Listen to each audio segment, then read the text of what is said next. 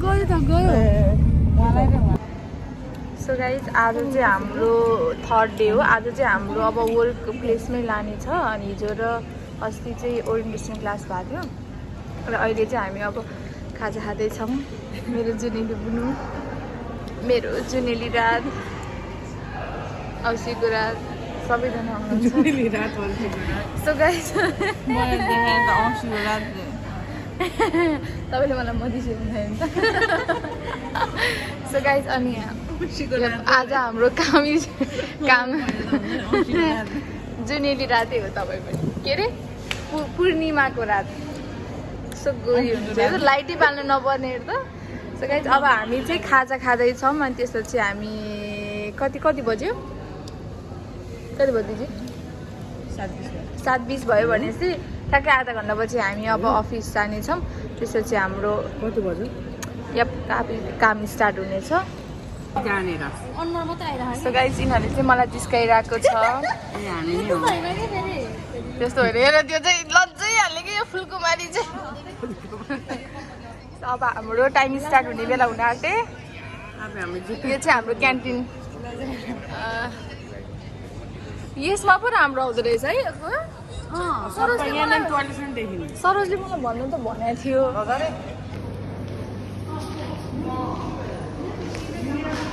So guys अब हामी चाहिँ जाँदैछौँ अफिसतर्फ चेन्ज गर्नुको लागि सुट अरू प्रोटेक्टिभ चस्माहरू यता सो गाइज योभन्दा उता चाहिँ हाम्रो भिडियो रेकर्ड हुँदैन सो अब हामी एकैचोटि काम पछिको साइड भिडियो बनाउँछौँ सो गाइज अहिले चाहिँ हामी खाना खाएर बसेका छौँ अनि एकछिनमा हाम्रो के अरे म्यानेजर आउनुहुन्छ अरे अनि हाम्रो सुपरभाइजर आउनुहुन्छ अरे अनि त्यसपछि हाम्रो उयो यहीँ बस्ने हो हाम्रो डिपार्ट छुट्याउँछ अनि हाम्रो काम भोलिदेखि फाइनल हुन्छ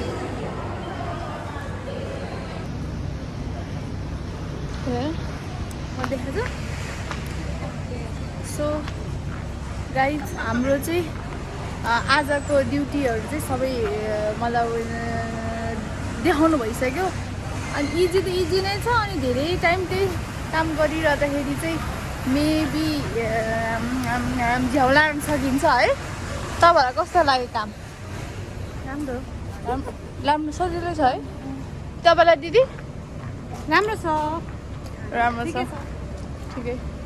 तपाईँको प्रोसिजर के भन्दै नि त्यो अनि अर्को तपाईँ के हो म क्वालिटी म्यानेजमेन्ट सो गाइज अब हामी जानेछौँ यो बोइजहरू कस्तो लाग्यो काम तिमीहरूलाई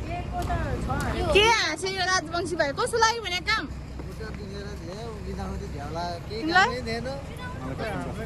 लागेन तपाईँलाई कस्तो लाग्यो दाइ एकदम गुड गुड ल गुड भयो त राम्रो सो गाइज हाम्रो चाहिँ बस आइसक्यो अब हामी बसमा चढ्दैछौँ आई डोन्ट नो तपाईँले मेरो आवाज सुनेछ कि छैन यो बसको आवाजले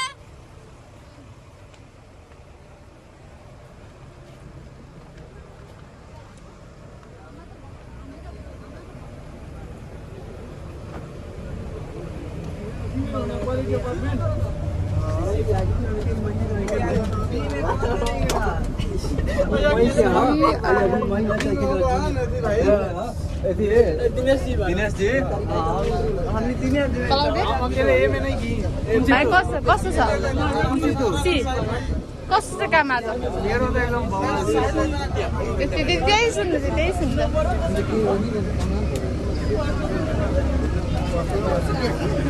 सबैजना आएको छैन जस्तो लाग्यो त सी ग्रुप सी त हो नि तपाईँहरू तिम्रो सी हो अहिले लगाउनु केही छैन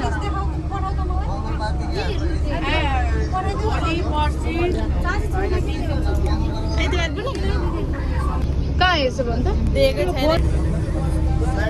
सो गाइज एकदम धेरै टायर्ड फिल भएको छ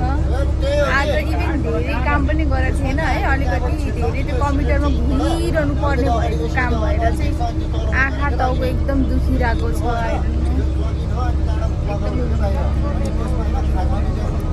फिजिकल धेरै काम नभए नि मेन्टल धेरै काम भइरहेको थियो। तपाईँ कस्तो थियो दिदी काम? कामै भयो। सो गाइज हामी चाहिँ अहिले बसभित्र बसिसक्यौँ अनि ऊ त्यहाँ एउटा अहिले बाँदरहरू एकदम हल्ला गरिरहेको यिनीहरूले गर्दा आज हामीले धेरै दुःख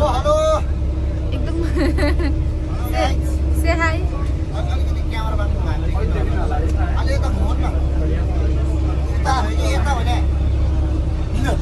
यिनीहरूको पुरै सुन्नु हुँदैन। यिनीहरू एकदम धेरै चकचके बाँदर पशुपतिको बाँदर भन्दा पनि बेसी